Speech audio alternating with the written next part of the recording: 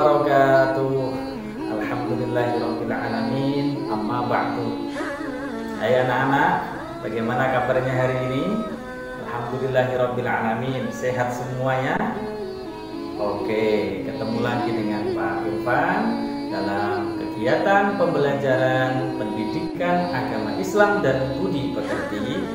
Dan hari ini kita akan belajar untuk kelas 5. Tapi sebelumnya anak-anak, agar kegiatan pembelajaran ini menjadi belajar yang berkah dan memberikan ilmu yang manfaat, mari kita berdoa untuk memulai belajar. Berdoa mulai. A'udzu billahi minasyaitonir rajim. Bismillahirrahmanirrahim. Rabbi zidni ilma warzuqni fahma. Amin ya rabbal alamin. Nah, baiklah anak-anak, pada kesempatan kali ini kita akan belajar memahami isi dan makna Quran Surat At-Tin ayat 1 sampai 8. Pada kesempatan pertemuan sebelumnya kalian telah belajar bagaimana membaca, menghafalkan surat At-Tin dan juga menulis surat At-Tin dengan benar. Oleh karena itu anak-anak, tujuan pembelajaran pada hari ini diharapkan setelah belajar ini kalian bisa memahami isi dan makna Quran Surat At-Tin dengan benar. Sebelum kita membahas isi dan makna tentang surat At-Tin, terlebih dahulu mari kita bersama membaca Quran Surat At-Tin ayat 1 sampai 8 berikut dengan terjemahannya. A'udzu billahi minasyaitonir rajim. Aku berlindung kepada Allah dari godaan setan yang terkutuk. Bismillahirrahmanirrahim. Dengan menyebut nama Allah yang Maha Pengasih, Maha Penyayang. Wattini wazzaitun. Demi buah tin dan buah zaitun. Wa turi sinin. Dan demi gunung Sinai. Wa hadzal baladil amin. Dan demi negeri yang aman ini. Laqad khalaqnal insana fi ahsani taqwim. Sesungguhnya kami telah menciptakan manusia dalam bentuk yang sebaik-baiknya. Thumma radadnahu asfala safilin. Kemudian kami mengembalikannya ke tingkat yang serendah-rendahnya. Illalladzina amanu wa 'amilus sholihati falahum ajrun ghairu mamnun. Kecuali orang-orang yang beriman dan mengerjakan amal saleh, maka baginya pahala yang tiada putus-putusnya. Fama yukadzibuka ba'du biddin. Maka apakah yang membuatmu mendustakan hari pembalasan sesudah itu? Alaisallahu biahkamil hakimin. Bukankah Allah adalah hakim yang paling adil? Shadaqallahul azim. Maha benar Allah dengan segala firman-Nya.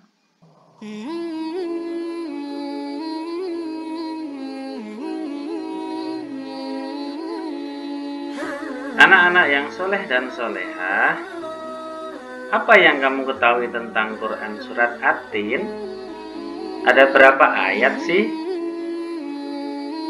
Ya, yang kita baca tadi, surat At-Tin terdiri dari 8 ayat.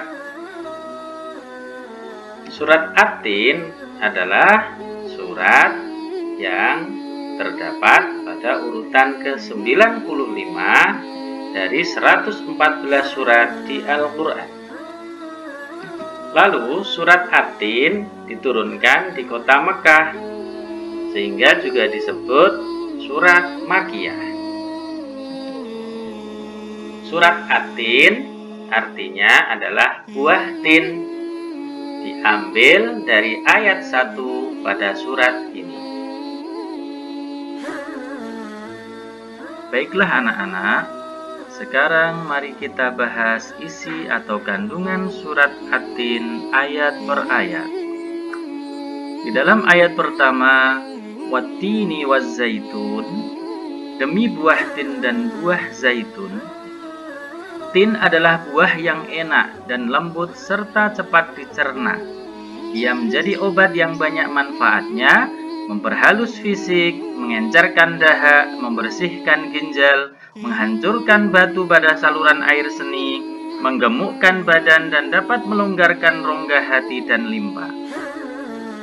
Zaitun adalah buah yang memiliki keistimewaan karena kandungan minyaknya yang berlimpah, sehingga dapat dipergunakan di daerah yang kurang memiliki minyak. Di ayat yang kedua, Allah sampaikan Waturi Sinin, dan demi gunung Sinai. Gunung Sinai terletak di semenanjung Sinai, lintasan antara tanah Mesir ke Israel, Arab dan Mesopotamia. Gunung setinggi 2285 meter ini juga dikenal dengan nama Jabal Musa atau Gunung Nabi Musa, karena di tempat ini Nabi Musa menerima wahyu pertama dan diangkat menjadi Rasul. Pada malam Mi'raj, Rasulullah Shallallahu Alaihi Wasallam berhenti sebentar di tempat ini dan melaksanakan sholat sebagai penghormatan beliau pada kesucian tempat tersebut. Di ayat ketiga Allah sampaikan wahadal baladil amin, dan demi negeri yang aman ini. Kota yang aman yang dimaksud dalam ayat ini adalah kota Mekah. Kota ini disebut dengan kota yang aman karena siapapun yang memasukinya terjaga keamanan dan keselamatannya. Kota Mekah juga disebut sebagai Ummul Qura atau pusat kota dan tanah yang aman. Kota ini banyak menyimpan sejarah sejak zaman Nabi Ibrahim alaihissalam. Salah satu di antaranya adalah Ka'bah yang menjadi kiblat umat Islam di seluruh dunia. Bahkan panutan kita Nabi Muhammad Shallallahu Alaihi Wasallam dilahirkan di kota suci Mekah ini. Anak-anak, lanjut pada ayat yang keempat, Allah sampaikan laqad khalaqnal insana fi ahsani taqwim. Sesungguhnya kami telah menciptakan manusia dalam bentuk yang sebaik-baiknya. Allah Subhanahu wa ta'ala menjadikan manusia dalam sebaik-baik bentuk. Proses kejadian manusia tidak sama dengan kejadian makhluk-makhluk lain. Manusia memiliki akal, jasmani, rohani, dan nafsu. Anggota tubuh manusia serasi dan seimbang sehingga tampak indah, cantik, dan memudahkan untuk melakukan kegiatan. Sedangkan hewan hanya memiliki jasmani dan nafsu saja. Manusia harus mampu menjaga keseimbangan yang dimilikinya agar supaya menjadi mulia. Apabila manusia mengutamakan nafsunya, maka ia turun derajatnya seperti hewan. Selain rohani, manusia dibekali dengan akal pikiran agar supaya dapat membedakan yang baik dan yang buruk. Anak-anak, ini adalah contoh kelebihan manusia dari makhluk lain. Manusia dalam bertutur kata, ia bertutur kata lembut dan santun kepada orang tua, guru, teman, dan tetangga. Dalam berpakaian pun, ia menutupi aurat dan memilih model dan warna yang serasi dan disenangi. Dalam hal makan dan minum, ia mengkonsumsi makanan dan minuman halal dan bergizi sesuai dengan selera. Dalam bergaul sesama teman, ia berkumpul dan bersilaturahim sesama teman dengan baik dan tidak menyakiti. Dan yang terakhir, dalam menggunakan anggota tubuh, ia menggunakan anggota tubuh sesuai fungsinya terhadap hal-hal yang dibolehkan agama.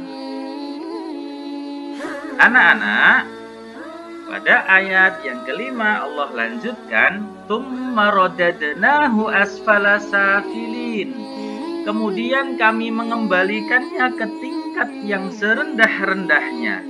Maksudnya, Allah Subhanahu wa Ta'ala mengingatkan manusia, sekalipun mereka sempurna, tetapi dapat turun derajatnya menjadi hina karena pengetahuan, sikap, dan perilakunya apabila telah keluar dari aturan yang telah ditetapkan oleh Allah Subhanahu wa Ta'ala melalui Rasul-Nya.